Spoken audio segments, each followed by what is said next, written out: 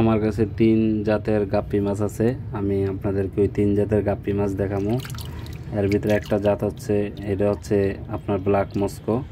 এটা হচ্ছে ফিমেলের আবার একটু কালারটা পুরোপুরিভাবে আসে না, তবে মেলের কালারটা একটু বেশি আসে। মেলটা কালোটা একটু বেশি থাকে, আবার ফুলটাও সুন্দর লাগে। সব মিলে দিলে মানে মেল মাছগুলাই সুন্দর। গাপ্পির যে কোনো প্রজাতির ভিতরে মেল মাছগুলোর কালার বেশি থাকে। এটা হচ্ছে মেল, আর যেটা আগে দেখছিলাম এটা হচ্ছে ফিমেল। আর এগুলোর বয়সও তেমন একটা হয় না, প্রায় 2 মাস প্লাস হয়েছে আর কি। তো এই মাছটা মোটামুটি আমি অনেক দিন যাবতই পালতেছি আমার এই অ্যাকোয়ারিয়ামটাতে।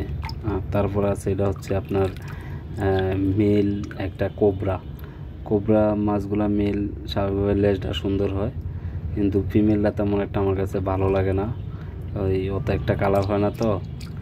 তারপরে হচ্ছে একটা রেড মস্কো, এটাও মেল।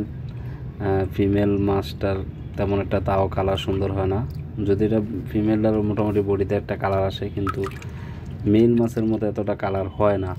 এটাও যথেষ্ট স্ট্রং আছে।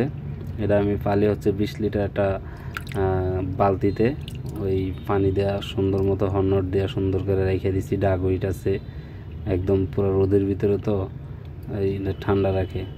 তারপরে দেখেন আরেকটা 20 লিটার বালতির ভিতরে পদ্মফুলের মাঝে আমি কোবরা দিয়ে দিছি 1 পেয়ার। এই মেল মাছটা ফিমেল মাছটা হয়তো নিচে লুকিয়ে আছে, এই দেখেন ধরার চেষ্টা করতেছি, ধরতে পারতেছি না। তবে এটার ভিতরে কদিন আগে জৈব সার দিছিলাম, তো যার কারণে পানিটা একটু গোলা। কারণ ওই জৈব সার না দিলে আবার রোদটা ঠিক মতো না পেলে আবার পদ্মফুলটা ফুটবো না, পদ্মফুল আসবে না। এখনও পদ্মফুল পাই নাই আমি।